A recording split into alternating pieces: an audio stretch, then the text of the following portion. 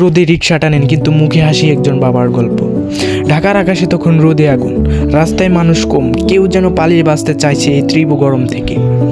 তবে একটা রিক্সা ঠিকই চলছে ধীরে ধীরে। হ্যান্ডেলে হাত রাখা লোকটার গা দিয়ে পানি ঝরছে, যেন শরীরটা নদী হয়ে গেছে, তবুও মুখে হাসি। এই লোকটার নাম সালাম মিয়া, বয়স 48, কাঁধ ঝুঁকে পড়েছে কিন্তু মন এখনো সোজা।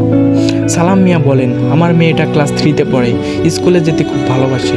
ওকে স্কুলে রাখতে হলে আমাকে রিক্সা চালাতেই হবে ভাই। সকাল 7টায় ঘুম থেকে ওঠেন না, তার ঘুম ভাঙে ভোর 5টায়, যখন শহরে বেশিরভাগ মানুষ তখন স্বপ্ন ডুবে। এক কাপ চা, একটা শুকনো রুটি মুখে দিয়ে রিক্সা নিয়ে বের হন। তিনি বলেন, জীবনটা আমার না, এই রিক্সার প্রতিটি প্যাডেল আমার মেয়ের জন্য ঘোরে। রোদের তাপে রাস্তায় পিচ গলে যাচ্ছে, পায়ে গরম লেগে ফোসকা পড়ে গেছে, তবু থেমে নেই সালাম মিয়া। তার গায়ে হাফ শার্ট, চোখে চুল ঢেকে রেখেছে এক প্যাটি পুরনো ক্যাব। কারো বাড়িতে ভাড়া পৌঁছে দিয়ে যখন 30 টাকা ভাড়া চায়, লোকটা যখন 20 টাকা দেয়, তাও তিনি বলেন, আল্লাহ আরেকটাই বেশি দেবে।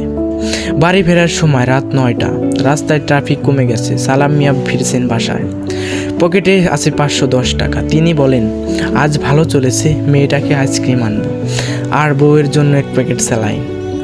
বাসায় ঢুকে মেয়েকে জড়িয়ে ধরেন। মেয়েটা বলে, আব্বু তুমি এত ঘেমে গেছো?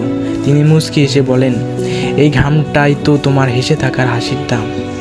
ভাই, আপনাদের শেষ কথা বলি, এই সালাম মিয়া নামটা হয়তো কেউ জানবেন না, কিন্তু এমন হাজারো বাবার ঘামে বাংলাদেশ এগিয়ে যায়। তারা রাজার সিংহাসনে বসে না, তারা বসে রিক্সার সিটে, তবুও তারা রাজাদের হার মানায়।